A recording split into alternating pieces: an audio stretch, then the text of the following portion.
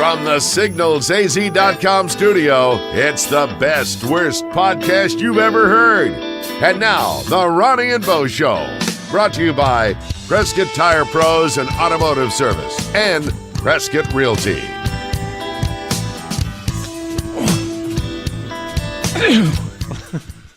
Three. Hold the knees. You got to hold them tighter. More. Hold. Yeah, come on. You got to hold it tighter. This is only like we've been here for 30 minutes and you've only done 2 sit-ups. Come on. You're not holding my legs right. 4. Just pack it in, Bo. I got to work on my New Year's resolutions. Is this what you're doing? Is this your New Year's resolution? 20 sit-ups a day. Awesome. 5. Abs of steel. 6. Okay. Quit tickling me. No, just... Should I take a break? Just take a break. 6, but I got to get 20 before the podcast is over. Don't hurt yourself. Well, we'll do that here by the end of the episode. I don't know if it's a good thing or a bad thing that it's the new year. Because now I got to concentrate on things. Is that one of your big New Year's episodes? Yeah. Is it Abs of Steel? Yes, Abs of Steel. That's my New Year's resolution. Happy New Year, Bo. Thank you. Yes. Well, the nice thing is I think I only have to do it for 2 more weeks, right? And then they go, I didn't make that resolution. Did I do that? Huh? Did you make that or did Jennifer make it for you? Thank you. Thank you for pointing that out. Well, I'll help you. Every single episode. You have to hold my I'll knees. I'll sit on your feet and hold your knees. That's right. And that's my resolution. I is appreciate to help that. you. That's nice. Do some sit-ups. That's good. So yeah, it's the Ronnie and Bo Show 2019. 2019. Can you believe we're in our second year? Yeah, but we only started in November, so right. No, I'm joking. But technically, we are in our second year. And what are we like? Are you guys podcasters? 9 months old? Yeah, we've been doing podcasts for a couple of years now. Yeah, jeez. That's what you need to do. Start in the wintertime and go into the exactly. And you could say we've been doing it for years. 2 years. At least 2 years. I know. Man. Well, but we are. But this year we have to do it for a full year. I know. Oh, is man. what you said. Whew. I don't know if I can do them every single day. I know. It's fun, though. It is. When we can fit them in. It is fun, but we have so many. Hold on. Okay. No, stop it. 7. 8. Okay, 2 more. You're done. All right, we'll get 12 more by the end. No. Okay. Sit back down. Good. Lean back. Remember, I'm at 8 because you're probably going to start me back at 5 and make me do more. Yeah, no. We'll do burpees. Hey, don't we have sponsors? Are we supposed to get to the sponsors sometime before the end of the show? We do. Yeah, exactly. So both Prescott Realty and Prescott Tire Pros and Automotive Service are our sponsors. They've been our sponsors for about 2 years. A couple years. Boy, they are really dedicated. They are. But that's kind of cool because we have now crossed into the new year. Yeah, that's neat. And they didn't give up on us. Yeah, that's good. That's good for us, yeah. Yeah, no, that's great. Yeah, Prescott Realty was our first sponsor, and then Prescott Tire Pros hopped on real quick afterwards, and we also have Signals AZ in the bunch. But that's for sure. New Year, I don't know if there's a lot of home sales in the holidays. Is there? Is it sort of a dead time of year for buying and selling? I don't know. I think it's people hunker down. I down? think it's a good time if you want to sell because this is, top of the market, we think. Right, and most people don't want to. I don't know. Maybe with the weather, do you think that messes people up? I think in the holidays people hunker down, but I know probably the number one selling time is in the spring. Yeah, because people move for jobs, and they want to get their kids in school. Yes, so they move in the springtime or in the summertime, to get. It might be better to try to purchase a home right now because if you're not competing with a million other people for the same house. Well, that would be a good thing. But you know what? We're speculating. We have no clue. We're not experts, and but they are. That's why you should call Prescott Realty at 928-499-8700 because they can offer a no-commitment free consultation, and they can answer the questions that we brought up more accurately. I can guarantee that. Yeah. So give them a call, and John Rocha, Lorinda Johnson, Richard Hanna, Kylie Elliott. They have specialists that each kind of zero in on a particular aspect of the real estate industry. Until I met the folks at Prescott Realty, I didn't understand that or realize it. I knew it, but I didn't know it.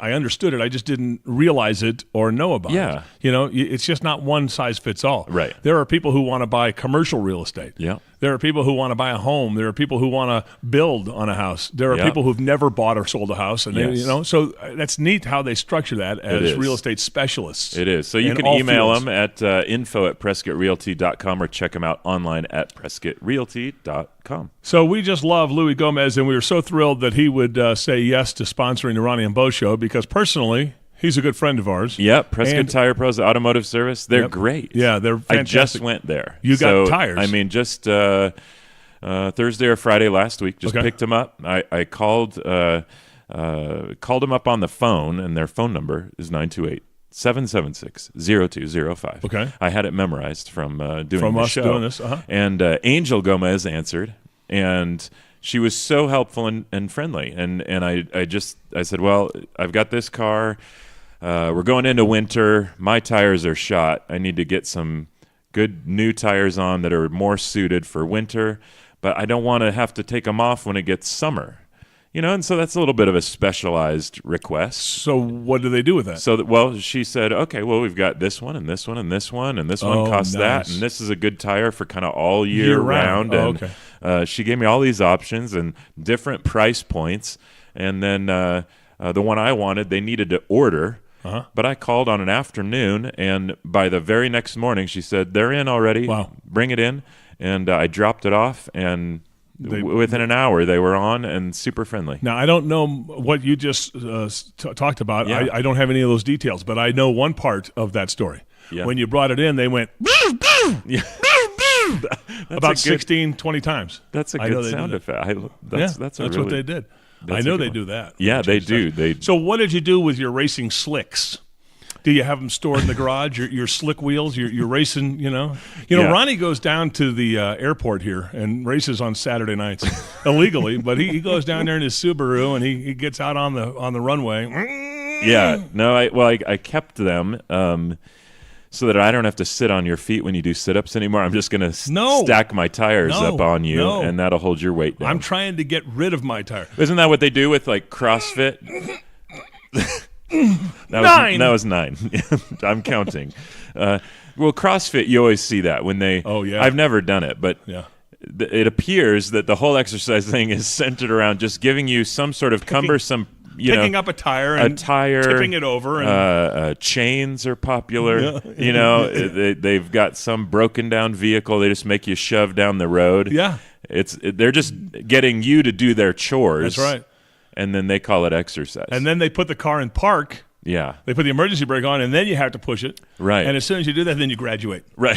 They yell at you along the way. Sure so they do. This is a ringing endorsement for any CrossFit in town. Hey, we should go and ask them to be a sponsor. Yeah, seriously. We could give them Joey great Powell. testimony. I know Joey Powell. He's the best. Hey, by the way, so thank you guys for sponsoring the Ronnie and Bo Show. Yep. We decided, and I got to get to the point quick before I forget it. Right. We decided that this episode was just going to be a little potpourri. We're going to talk about our holiday break. We're going to talk about things that are upcoming. But I want to add one thing that we didn't talk about. Okay. You just said the Joey thing. Yeah. Tell the story about you getting flipped on stage at Heights Church. Oh my gosh!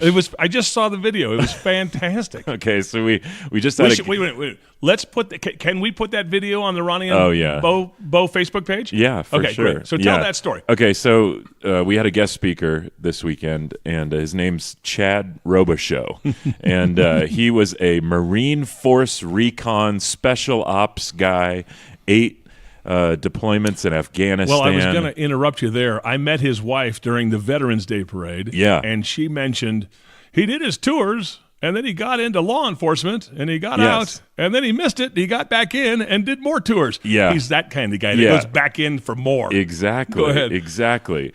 Then he wrapped that up, got back, and he ended up becoming a champion MMA fighter. The cage fighting, and they is that where they take the knee and break your nose? Yeah. And they punch your teeth out? Exactly. Ooh. So he was number 6 in the world. No way. And number 1 in the US for a while. And in the I think he said bantamweight or flyweight. So he's I don't know the weights. He's lightweight. I don't know the weights, but we got to go over to McGregor's house and kick his what.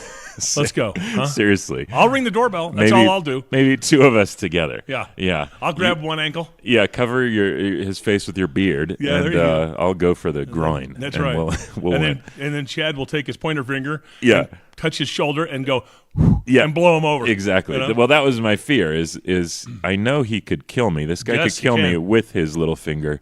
So anyway, he was speaking at Heights this last weekend. You guys were on stage together. And at the end, I went out just to kind of close out the service. Well, before that service, Chad just said, hey, he's whispering to me, music's going on, and he's about to walk out. He said, at the end, I could do this little trick or maneuver if you want to. And stupid, I go, oh, yeah, sure, that's fine. And I said, well, do I need to do anything? He said, just lean into me, and I'll take care of the rest. Oh, and I said, I thought he was just gonna, show his pecs dancing or something. Right? I know. Dunk, dunk. Okay, yeah. So you'll be able to see it in the video, but Chad is 5 feet 3 inches. Okay. I am 6 feet 3 inches. Okay. So I'm a full foot taller than he is, and towering over him. But he's a spark plug. I mean, he's all muscle. 2% body fat, wow. And so I said, okay. So he finishes his talk. I go out. Everybody thank Chad for being here, and there's applause. And then he says, hey, so Pastor Ron, I know you wanted to learn a little jujitsu, and he said, let me show you my favorite move. And so we're standing face to face. He puts his hands on my shoulders. I put my hands on his, and almost like a wrestling move. At that point, or and stance. I don't know. I have no clue. I have no muscle. I have no athletic ability. And here, I'm grappling with the former MMA champion. Oh. And he said, one of my favorite moves is. That's the last thing I remember. No. I was, no joke, I was flipped upside down, and I'm laying on my back. He rolled you over him. Yeah. Now, the miraculous part, not only that he could do that, and I'm so much larger than he is, but he didn't hurt me. Like, He was able to flip me over and control my whole fall. So I end up on my back. But you didn't crack your tailbone or anything like that? Yeah, no, I'm alive. I peed a little, but we made it. So I don't think he did the entire trick. I don't think so. Because you're right. He can control your fall, and he can hold you in a way, and, you can do a controlled maneuver. Exactly. But then what happens is he stands above you and just steps right on your, my your larynx. Throat. Yeah. He pulls a Patrick Swayze in Roadhouse and removes my trachea or larynx. He kicks you with the point of his cowboy boot and breaks 4 ribs. Exactly. Right? Yeah. It was special. So you got off easy. Thank you, Chad Robichaux, that for is that. Amazing. So, yeah, I live to tell. That's amazing. Yeah. Hey, speaking of church, I don't know. Sometimes I think you do this to. You're going to say that you weren't involved in it. Yeah. But I think I can't 100%. What do you say? Write off or whatever that you don't have a hand in this somehow. Oh, okay. So I was approached by David Blakely. Yes. And he said, hey, we're doing this little video. Yeah. For the Christmas service. Yeah. Christmas Eve and Christmas service. Yeah.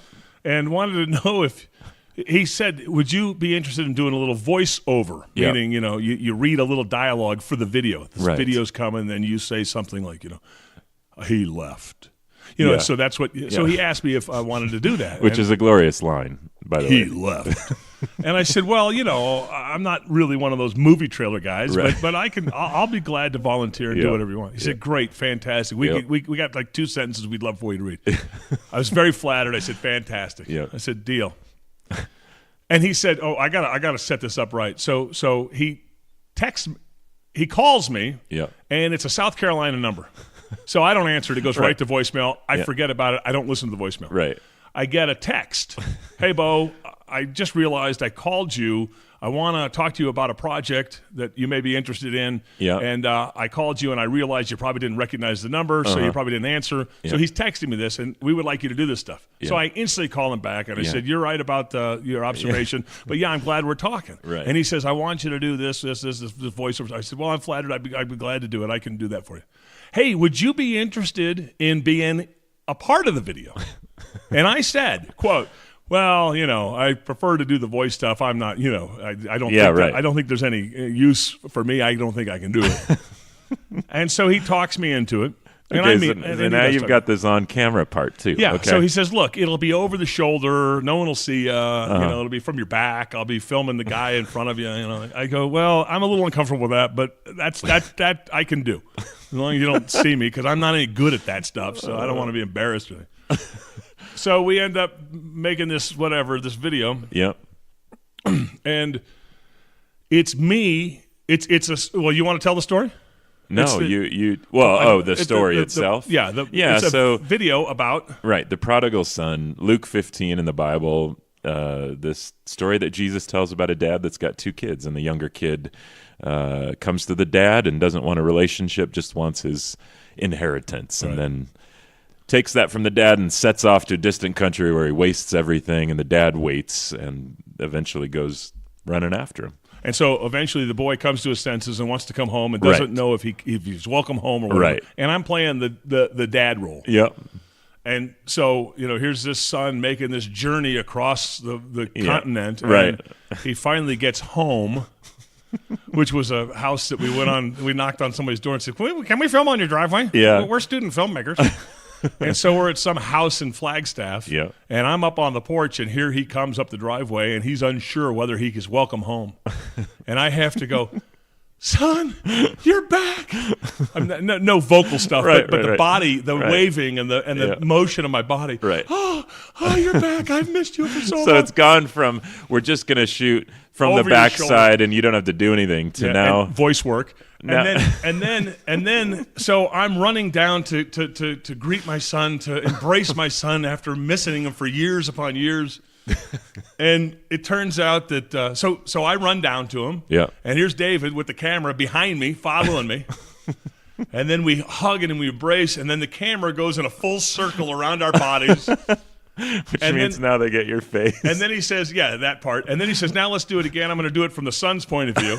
So so I back all the way up to the 20-yard driveway. I'm at the top of the hill. Yep. And now he's behind the kid. And here I come running down, waving for him, arms outstretched. And he's getting my front from the kid's back. And I'm so dumb I don't realize that's going on. I don't know why he's standing over there. Yeah. And then he says to me, we get it all done, and he says to me, the night of, he pulls me over and he says, hey, man, I hope you don't get your feelings hurt or anything, but I had to use a front shot of you. And I said, well, David, that's not what we talked about. And he said, prove it. Prove it. Show me the text. Show me the voicemail. And what he did was he communicated with me in person about that stuff, so I had no proof. He said, prove it. And so I said, oh, man, this is going to be tough. And we do it, and it's a 20-yard run to the bottom of the driveway. And it is the front view, which he mentioned, but he didn't mention it was in slow motion. My kids are going, look at your hair. It's bouncing over your ears. No, see, your I love hair that. Is bouncing. Yep. Your beard is blowing in the wind. Yeah, it looked like some commercial for shampoo or something. It was fantastic. And every time I said something, every time I made reference to it, I said, yeah, David shot me like Bo Derek in the movie 10 on the beach, and nobody his age understood that reference. Right, no. I love that though. And so then I'm there, and I'm very uncomfortable saying this, but people come up to me. You made me cry. I said it was a slow motion. It wasn't my acting. It was a slow motion. It was a good film. It wasn't the actor. Oh no. You made me cry. Yeah, I agree. And then I got on Facebook, and somebody just yesterday or 2 days ago, after the holidays, wanted to be my friend, and I put friend. Just say yes to anybody. Right. And then this person, you know this person, should we say? I don't know who it is. Anyway, so I'll tell you who it is. I was just thinking about giving her props, but it's a mother of somebody that we know, a friend of ours, and she said, so she wants to friend, and I go, I got a friend request. Okay, click friend request. Nothing happens from those things. Right. You just say yes, and nothing happens from those. 12 hours later, I get this Facebook message. you were incredible in that movie. And I cried at the point where you ran down the driveway. And I said, oh, man, no more friend requests. So that's it. But it was. But did Jennifer and the kids cry for a different reason when they saw that? Yeah. No, my son. So I have my arms outreached to hug my kid. I'm hugging the air as I'm running down. For the whole 2-week vacation, I would say to my son, "Hey, son, come on in here for a minute. I need to talk to you." He'd come into the room with his arms. Yes, Dad. What do you need? Do you need another hug? I never heard the end of it from them. My favorite was during the filming for this. After I think you just shot it, and then we were recording some podcasts, and you were describing that run to me, just one-on-one, that's right. And your jeans are falling off, and you were so. When I finally saw it, all I could think was this would be the best commentary ever. You know how you can watch the movies with commentary and comment over it. We're supposed to be crying, but all I could picture was Bo's hilarious commentary during the whole thing. So. No, my pants were, I don't know if I had my belt on. It looked like I did something in my pants. They're hanging down around my butt. And, it's getting Oscar buzz, though, Bo. I hear it maybe even a Golden Globe nomination. Did you win? Yeah, I hope so. Or a Streamy, or what do they call the online awards? Is there a Razzie? That's what they do at Harvard, right? The Razzie. So anyways. Gosh, all right. Too good. So anyways, we got a lot of stories to tell, but hey, I got a Who Said It for you. Who said it? Bum, bum, bum. We haven't done that in a while. Brought to you by signalsaz.com. We're going to give you a quote, and then we're going to let you guess who said it. We'll give you the answer at the end of the episode. Are you ready for the quote? All right. Yes, here's who said it. Okay. I'm selfish, impatient, and a little insecure. I make mistakes. I'm out of control and at times hard to handle. But if you can't handle me at my worst, then you sure as hell don't deserve me at my best. No, you don't need to apologize, Bo. Just give me the actual who said it. No. That wasn't. Well, okay. I'm selfish, impatient, and a little this insecure. Is the quote. Yeah. Oh, okay. I thought you were just continuing to. Did you think I was opening up to you? It was your inner monologue. Oh, okay. I thought, yeah. I'm selfish, impatient, and a little insecure. I make mistakes. I am out of control at times and hard to handle. But if you can't handle me at my worst, then you sure as hell don't deserve me at my best. Now, would you like me to get to the quote of the day? Who said it? Bum. So okay, I got to wait on that man. Yeah. Do you know who said that? I'm trying to think. I think I said that. You think that's my quote? That sounds like something you'd say. It's a pretty actually good descriptor. I think my wife would say the same thing. That would be her guess. She? It's actually a very good quote. Who would be somebody that was? I like how it sort of sounds. It sounds, revealing. Yeah. I'm selfish. I'm patient. A little insecure. It's right. Sort of opening up. Sort of being vulnerable. Yeah. And then at the end, that person says, if you can't handle me at my worst, then you sure as hell don't deserve me at my best. Yeah. So then there's a turn. Yeah. Right. Comes in, right. I'm gonna say, Brad Pitt. Yeah, it could be any of those actors or anybody. Yeah, it could be. It's not Brad Pitt. LeBron James. No, I don't think he's secure. He is selfish and maybe impatient, but not insecure. I don't think he's ever made a mistake. Justin Bieber. Yeah, there you go. By the way, we were listening to the Christmas songs episode. Oh yeah, and yeah, you shut that one down pretty quick. You add a lot to the. You really soften my edges.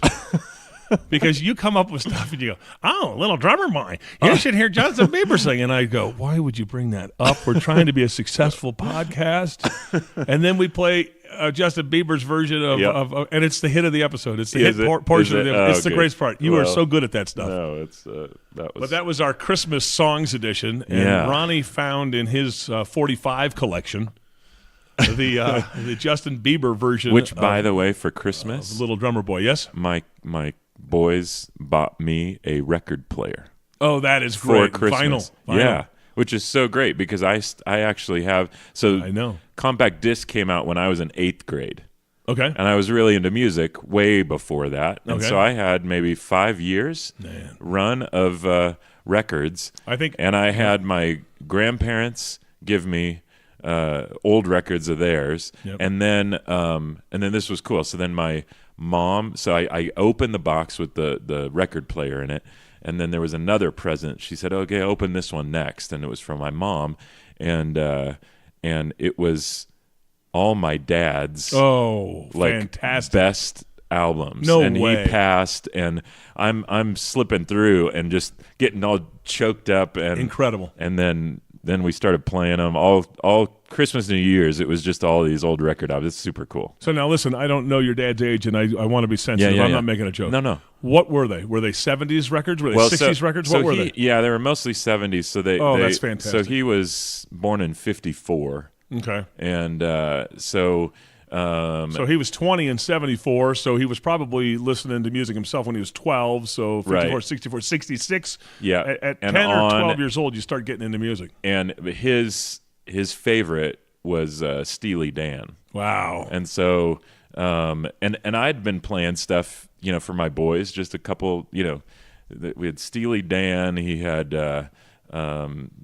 I think it was just a Stevie Nicks, the one where she has the dove on the front. Okay, that might have been hers. That was maybe that had leather and lace on it with Don Henley. I'm not sure. Yeah, there was some jazz stuff in there, but maybe that was in the 80s. Yeah, so just a lot of really cool. A huge gift and sentimental value to the roof and back. Right? Oh, incredible. Super cool. I didn't know that story. That's fantastic. All right, so I got to wait till the end for Who Said It? Yes. Okay, all right. Well, that's brought to you by signalsaz.com. So speaking of, so we had records. My brother had a turntable in his bedroom. Yeah. And we had albums. My dad was a disc jockey, so we had all the promotional copies. Yeah. We had all the new music in the house. Yeah. He would just take it home from the radio station. Yeah. And then we went to cassettes, right? Yeah. Cassettes was next for me. Yeah. But when I first met you, we were talking about, that was one of our commonalities, about music, right, and about albums and our favorite artists and stuff. And you showed me a Limahl album. You showed me a Limahl album that I never knew of, and you connected all the dots for me. Oh, Limahl. Yeah. Yes. Right here is the never-ending story. Incredible. So as a kid, this came out in '84. I was 10, and one of my favorite movies ever. And Limahl is the singer of that song, and so I actually, there he is. Yeah. And so Limahl was just kind of early on one of my music heroes, and tied to this movie and this song, and he was just fantastic. So I knew that, and I didn't. I've been in music all my life, being a disc jockey, right, and I didn't really know of Limahl, and then I went back and studied it because you taught me, right, and he started out.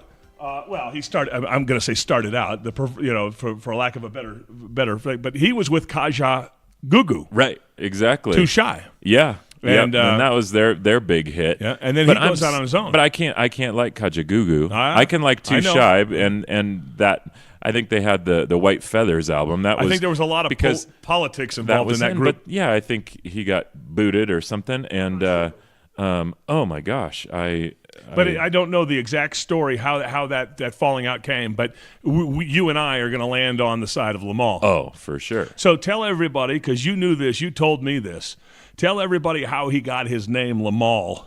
It's something like Limahl. Right. And tell everybody, you knew that. You taught me that about how he got his name, his stage name Limahl. Yeah, I mean, English, British pop singer. His real name is Christopher Hamill.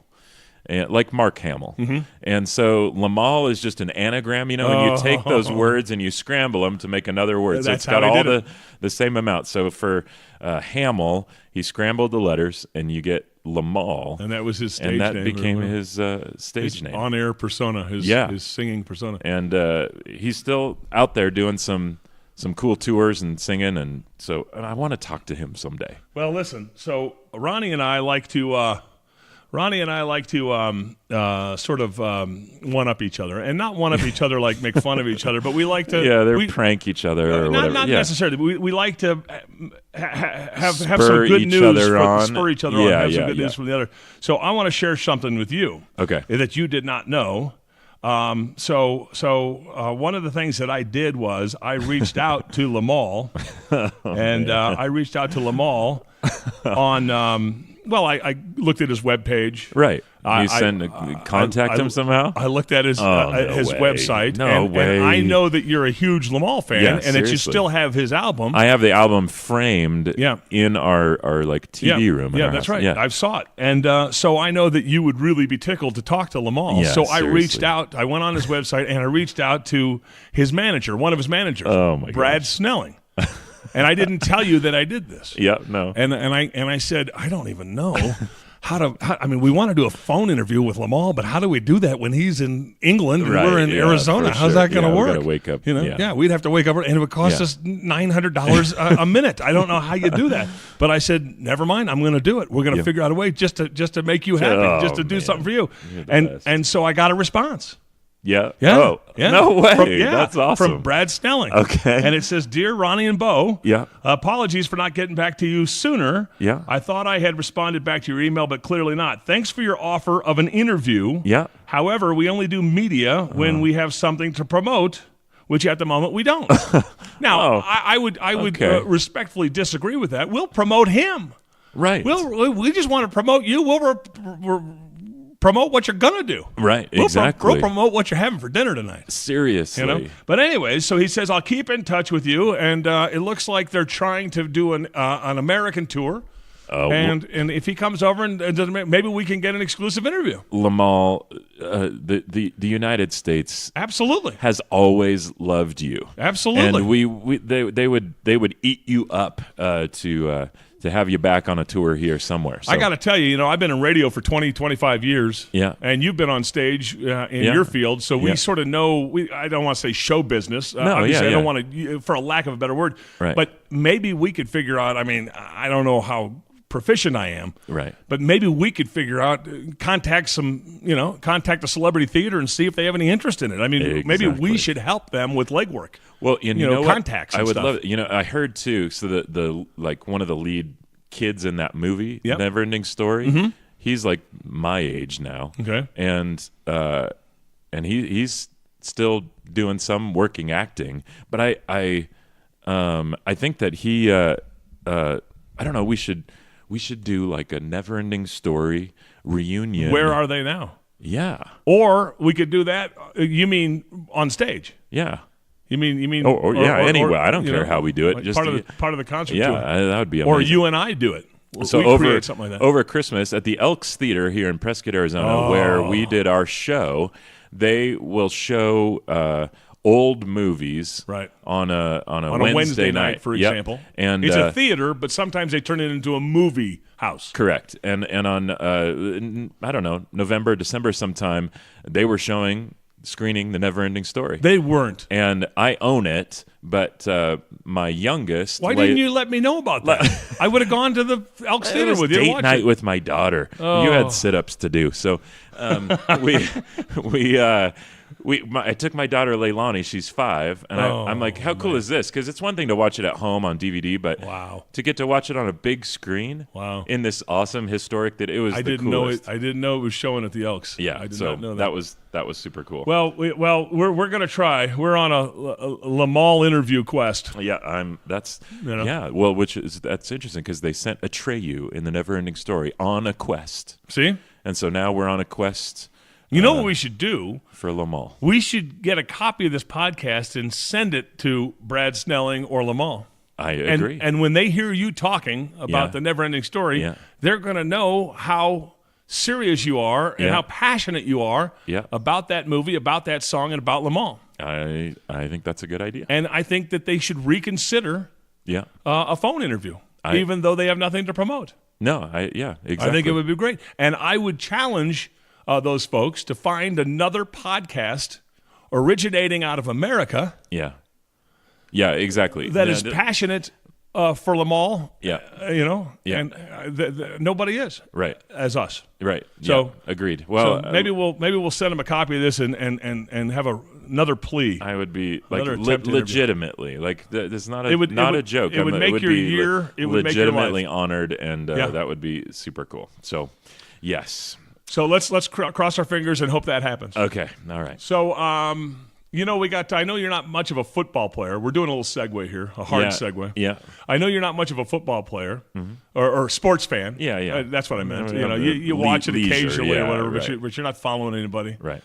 Same here. I haven't watched football this entire football season. Right. I prefer to spend my Sundays it's somewhere hard. else. I work Sundays, and so it's hard to catch it. So my brother and my nephew are in these, what do you call that, where you pick the people and they, the fantasy leagues. So they're really into it. Yeah. So we go over to San Diego to see my family for the New Year's weekend. And I guess my nephew is now a sophomore in college. And I think back when he was 6 or 7, we did a bet, and we made some kind of bet. I don't remember the bet. And it was the loser had to eat the worst sandwich the winner could make.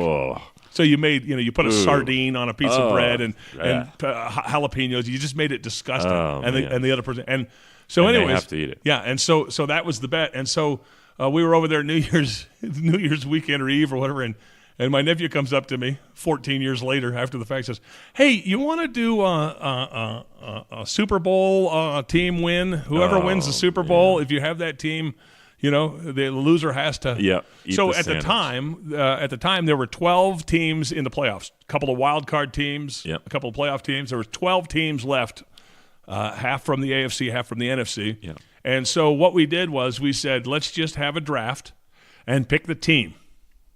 And so I pick a team, you pick a team, I pick a team, and we get 6. Yeah. And then whoever 2 teams are going to be the Super Bowl. That's not the bet. Right. Whoever wins the Super Bowl, if that's your team that's made it through the playoffs and won the Super Bowl, then you win. And if it isn't, you lose and you have to eat the nasty sandwich. So nasty sandwich bowl. Yeah. So that's what we're doing. And so there was 12 teams. I don't know if my math is right. Right. So pardon me. I just want to get out of this bit. Yeah. So we had a recent round of wild cards. Yep. Okay. And some teams lost, some teams won. All right. So right now, me and my nephew, I have 4 teams still alive, and he has 4 teams still alive. And my brother decided to do it with my 10-year-old son. Oh, gosh. So they're going to do it too. Oh, man. And right now, I'll tell you, I gotta share this. Yeah. So they were betting. I mean, my brother had the Philadelphia Eagles. Okay. And my son had the Chicago Bears. I don't want to get too specific. Okay. Yeah. The Philadelphia Eagles, my son's team. They play each other, aren't they? Yeah, they played the other day, and the entire game, the Eagles are down by 5. Oh. The entire game. Oh. Last 50 seconds of the game, they scored a touchdown. Yeah. It's now the Eagles are winning 17, I think, to 16. Oh. So anyway, something I don't even. Now I'm ruining the story. But who'd have to eat the sandwich? Well, I can't remember now. I've lost my train of thought. Yeah. But anyway, so it gets down to 3 seconds. And the Bears. I think it's the Bears. Yeah, he's got the Eagles. The Eagles are up by 1. My son's got the Eagles are up by 1. The Bears are on they got a 25-yard field goal. Oh. With 2 seconds left. Yeah. They do the old ice thing. Yeah. The other team freezes the Chicago Bear kicker. Oh. And then he gets up ready for his second one. Yeah. He hits the upright. Oh, no. It goes doink, and it hits the crossbar. Oh. Doink, and falls forward in front, and the Bears lose because they couldn't make it by inches, by 2 doinks, and they couldn't make it. But that's not the whole bet, but that was a fun part of the bet. And my son is jumping for joy and screaming. But anyways, and so my son has 5 teams left. Wow. And my brother's got 3 teams left, I think. Wow. But he's got 2 of the best teams. Man. So we'll see. I'll tell you in 2 or 3 weeks sandwich. or a month or 2. Yeah, maybe we'll need to do live coverage of that. Yes, that's right. The cooking. Well, interestingly, ironically, the alternate name when we were trying to come up for the name for our show, the Ronnie and Bo Show, the original name was 2 Doinks. Yeah, that's right. And so the 2 Doinks podcast. Who would have? Well, they must have stole that bit from us or something. That kicker must have stole the bit from us. That's right. Oh gosh. So thanks for listening to the 2 Doinks show. It is time now to give you the answer to the Who Said It? Bum, bum, bum. Brought to you by SignalsAZ.com. I'm selfish, impatient, and a little insecure. I make mistakes. I am out of control and at times hard to handle. But if you can't handle me at my worst, then you sure as hell don't deserve me at my best, baby. I added that part at the end. That was a that was Shotgun Tom. Yeah. Right. Believe it, Barber. Oh, that's was that okay? So I have no idea. Do you have an idea of what other what than genre you, it comes from? I mean, is it a politician? Is it a scholar? Is it I would say music probably artist. Okay. Yeah, some mega star. It's an actress, a really famous actress, and you can see that actresses are sometimes selfish and insecure and impatient. Marilyn Monroe said that. Marilyn Monroe. That was a quote from Marilyn Monroe. I can see it. Yeah. I can see it. I'm selfish, impatient, and a little insecure. I make mistakes. I am out of control and at times hard to handle. But if you can't handle me at my worst, then you sure as hell don't deserve me at my best. You gotta respect the honesty. That's Marilyn Monroe. And Who Said It? Brought to you by SignalsAZ.com. And thanks for listening to the Two Doink Show, a.k.a. the Ronnie and Bo Show. And we want to thank Prescott Tire Pros and Automotive. They can really take care of all your tire needs, your car needs, your entire car from bumper to bumper. That's right. And from tire to antenna. Yeah. You know, they can cover it all. Oil changes, tires, fix you after an accident. I mentioned that my wife, we take all our cars to get oil changes there and tires there. My wife got tires back in October or November. Yeah. And she recently had a wonderful experience with a oil change. Yeah. You mentioned earlier that they got you a set of tires. Yep. And they helped you with that. Yeah. And you just give them a chance to earn your business. Go in there and ask for an oil change. That's right. A small investment for a chance to earn your business. Yep. It's Prescott Tire Pros at Automotive, 1635 West Iron Springs Road. You can check them out at PrescottTirePros.com or give them a call at 928-776-0205. And at the start of a new year, if you're thinking about either buying or selling your home, then Prescott Realty is who you need to call. You can check them out at PrescottRealty.com, or you can just call them up and have a conversation. No commitment, free consultation at 928-499-8700. And any one of their amazing team of specialists will help you and get you the best top dollar for your house or find you the perfect home. They've been serving the greater Prescott area since 1991, so take that biggest financial decision and trust Prescott Realty with it. That's fantastic, Ronnie. And before we go, I want to tease the fact that we've got a huge announcement. We do. A huge announcement, and we're not teasing about that. This is a really, really big announcement. It's really big. And we're going to try to make the announcement on Friday. This week? Okay. Yeah, at the end of this week, okay? All right. Sounds good. Thanks for listening to The Ronnie and Bo Show, available on your favorite podcast provider. Please connect with The Ronnie and Bo Show on Facebook, Instagram, Twitter, and RonnieandBoShow.com.